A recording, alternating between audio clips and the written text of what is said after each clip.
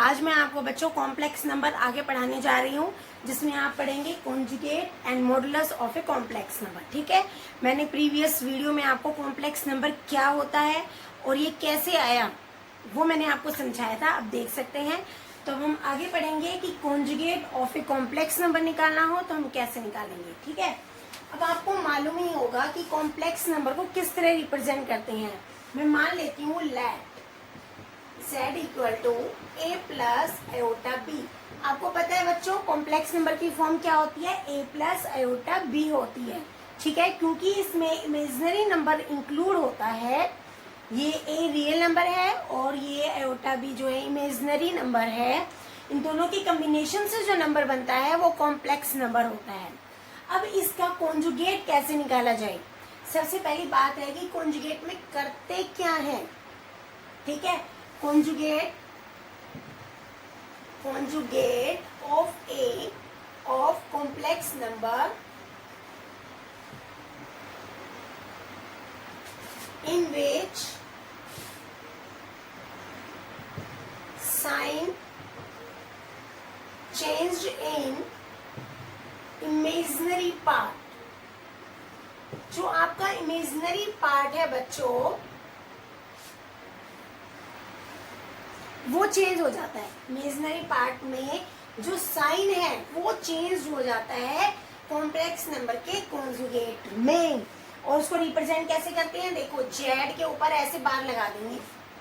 Clear. अब मैंने इसका जेड जो कॉम्प्लेक्स नंबर माना है a प्लस आयोटा बी, अब मुझे क्या करना है कि इसका जो इमेजिनरी पार्ट है इसका साइन चेंज कर देना है। यहाँ प्लस है तो इसको क्या कर देना है, माइनस कर देना है। तो स्पेशल इमेजिनरी पार्ट बोला है। ठीक है, तो ये आपका कॉन्जुगेट निकल गया, conjugate of a complex number निकल गया है। क्लियर। अब मैं कुछ एग्जांपल्स देती हूँ जिससे आप पे और क्लियर होगा। ठीक है, बात समझ में आ गई। Conjugate number, conjugate of a complex number क्या होता है, साइन चेंज होता है और किसका, इमेजिनरी पार्ट का। क्लियर बच्चों। अब जैसे कुछ एग्जांपल जब तक नहीं ले जब तक कैसे पता चलेगा। अब जैसे मैं कुछ क्वेश्चंस लेती हूँ, जैसे फर्स्ट है फाइंड कॉन्जुगेट ऑफ नंबर 1। आपको दे रखा है 2 प्लस 3 आयोटा। सेकंड दे रखा है 3 माइनस 4 आयोटा। थर्ड दे रखा है आपका 6। फोर्थ दे रखा है आपका 0। फिफ्थ दे रखा है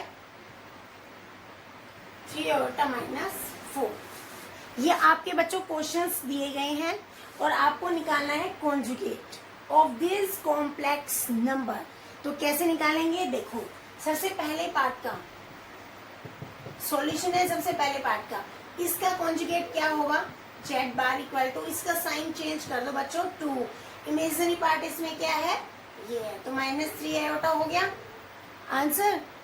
अब सेकंड का करो, जेड बार 3, इसमें इमेजिनरी पार्ट क्या है, ये वाला है, इसका साइन चेंज कर दो 4 आयोटा। थर्ड वाला करो 6, इसमें तो इमेजिनरी पार्ट है ही नहीं, तो आंसर क्या आ जाएगा, 6 आ जाएगा। अब मैं आपको एक बताती हूँ, एक नोट है कि कब conjugate of a complex number जो है इक्वल होता है कॉम्प्लेक्स नंबर के, यानी कि जो कॉम्प्लेक्स नंबर है उसका कॉन्जुगेट भी उसी के ही इक्वल होता है। और वो तब पॉसिबल होता है जब उसमें इमेजिनरी नंबर नहीं होता बच्चों, रियल नंबर होता है। आप देख सकते हैं एग्जांपल 6 है तो इसमें 6 ही आना है क्योंकि इमेजिनरी पार्ट तो है ही नहीं, चेंज किसमें करें। अब आ जाओ 4 पे, 0 is also a real number. Okay, इसके पास कोई भी इमेजिनरी नंबर नहीं है, पार्ट नहीं है, तो इसका भी बच्चों आपका 0 ही आंसर आएगा, कोई चेंज नहीं होएगा। फिफ्थ पे आ जाइए। अब क्या मैं इसको ऐसे लिखूं, जेड का कॉन्जुगेट 3 आयोटा प्लस 4, नहीं बिल्कुल नहीं, इसमें इमेजिनरी पार्ट थोड़ा आगे लिख दिया गया है। क्लियर।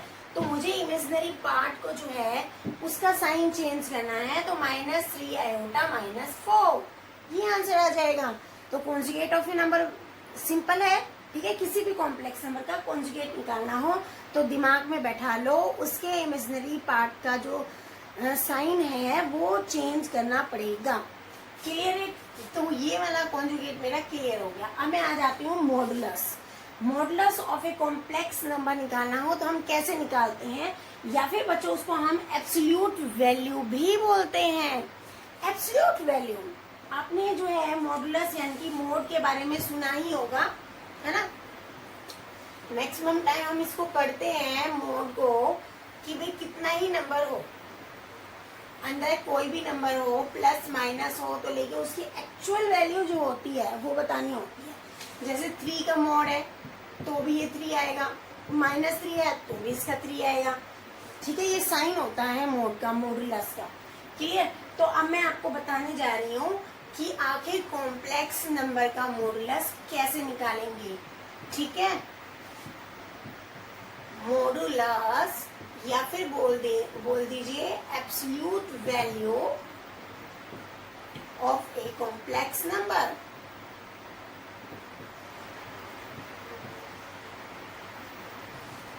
क्लियर बच्चों? अब देखो कैसे करना है। अब इसमें क्या है, एब्सोल्यूट वैल्यू है, मैंने कहा कि इसमें कोई नेगेटिव वैल्यू नहीं आनी चाहिए। ठीक है, तो मुझे क्या करना है, देखो जेड को बच्चों जेड बार से मल्टीप्लाई करोगी। जेड मान लीजिए, ये मैं बता देती हूँ, let Z is equal to A plus eta B है। तो जेड बार यानी कि conjugate of Z complex number, अभी मैंने क्या बताया, ए माइनस एटा बी। तो मेरे से पार्ट क्या हो जाएगा, माइनस हो जाएगा। तो ये देखो किस वजह से ये फॉर्मूला बना है मॉडुलस का, वो मैं समझाने जा रही हूँ, बड़े ध्यान से देखो। क्योंकि इनका साइन चेंज है। आपने ये वाला फॉर्मूला पढ़ा है a प्लस बी और a माइनस बी, बिल्कुल बच्चों में वो ही लगाने जा रही हूँ। इन दोनों को मुझे प्रोडक्ट करना है। ठीक है, इनको मैंने जब मल्टीप्लाई किया तो मुझे क्या मिला, a स्क्वायर माइनस एयोटा की स्क्वायर बी की स्क्वायर। तो एयोटा का स्क्वायर का मीनिंग, एयोटा स्क्वायर की वैल्यू मैंने क्या बोला था, -1।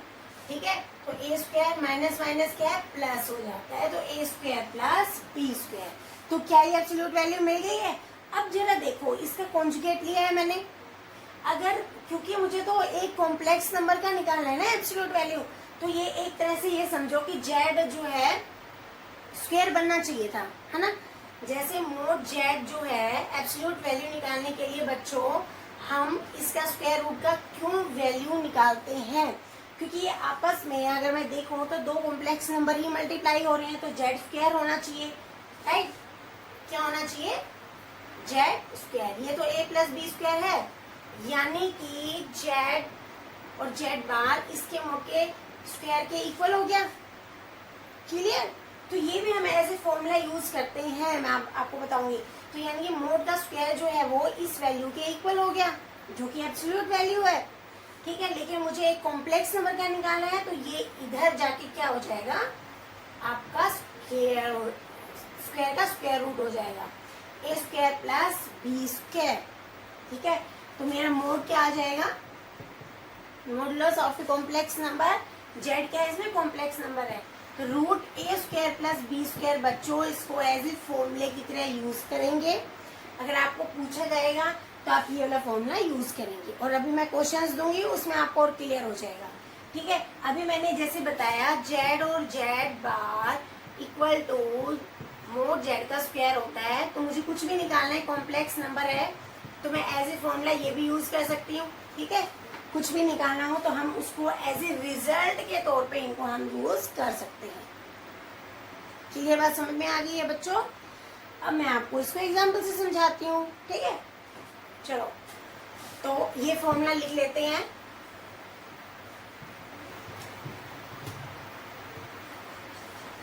अब मैंने आपको एब्सोल्यूट वैल्यू सिखाई है ऑफ ए कॉम्प्लेक्स नंबर की। अब इसमें कुछ क्वेश्चंस कर लेते हैं, क्योंकि बिना क्वेश्चंस के कुछ समझ में नहीं आता है। ठीक है, फाइन आपको आया, फाइन मॉडुलस आ सकता है या absolute value of complex numbers. जैसे एग्जांपल लीजिए 3 - 4 aorta second 4 minus plus 3 iota, third जो है खाली 5 है। क्लियर? इसका मुझे एब्सोल्यूट वैल्यू निकालनी है। ये इसमें रियल नंबर है, इसका मतलब 0 आयोटा हुआ। ठीक है, इसको इस फॉर्म में लिख लेंगे। आपको सबको दिख रहा है रियल नंबर और ये कॉम्प्लेक्स नंबर है। अब मुझे फर्स्ट पार्ट करना है। मॉडुलस में मुझे पता है ये z इक्वल टू मुझे 3 माइनस 4 आयोटा दे रखा है बच्चों। फॉर्मूला याद करो, अभी मैंने क्या बताया है, मोड z यानी कि मॉडुलस ऑफ z रूट, इसमें क्या है, a यहाँ पे 3 है और b इसमें क्या दे रखा है -4, तो यानी कि 3 का स्क्वायर प्लस -4 का स्क्वायर, तो आपका क्या हो जाएगा 3 3 जा 9, 4 4 जा 16। अब इसको ऐड कर लो, 25 का स्क्वायर रूट यानी कि 5 आ गया आपका आंसर। तो इसका मोड जो है modulus of this complex number is equal to 5 आपका आंसर आ गया।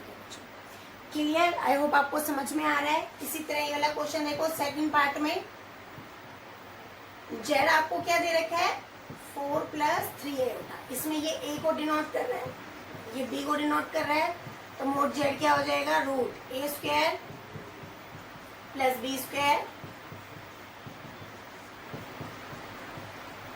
ठीक है, इसको मैं इरेज ही कर देती हूँ। तो इसका भी देखो 25 आ रहा है और ये 5 आंसर है। क्लियर? इसी तरह बच्चों आप इसका करेंगे 5 प्लस 0 आयोटा का। ठीक है, तो मेरा मॉडुलस निकलेगा एब्सोल्यूट वैल्यू ऑफ, पहले आप इसका फॉर्मूला लिख लेते हैं। ठीक है, इसमें आपका रियल नंबर क्या है 5 का स्क्वायर प्लस b है 0, तो आपका क्या हो जाएगा 5 5 जो 25 plus 0 equal to 5 answer. I hope बच्चों आपको समझ में आ गया है। तो बिल्कुल कॉन्जुगेट नंबर निकालना हो और फिर कॉम्प्लेक्स नंबर या modulus absolute value of a complex number निकालना हो तो आप बहुत आराम से निकाल सकते हैं, कितने ही हार्ड क्वेश्चन हो। लेकिन अगर आपको बेसिक क्लियर है कि मुझे इस चीज में क्या करना है तो निकाला जा सकता है। ठीक है, इसके अगर आप कहोगे तो मैं हार्ड क्वेश्चंस की प्रैक्टिस करवा दूंगी। ठीक है, और जो है हम आगे पढ़ेंगे इससे। आई होप आपको समझ में आया है। तो बच्चों आपको क्या करना है, लाइक करना है, शेयर करना है और अगर आप नए हैं तो सब्सक्राइब करना है। ठीक है, ओके, थैंक्स।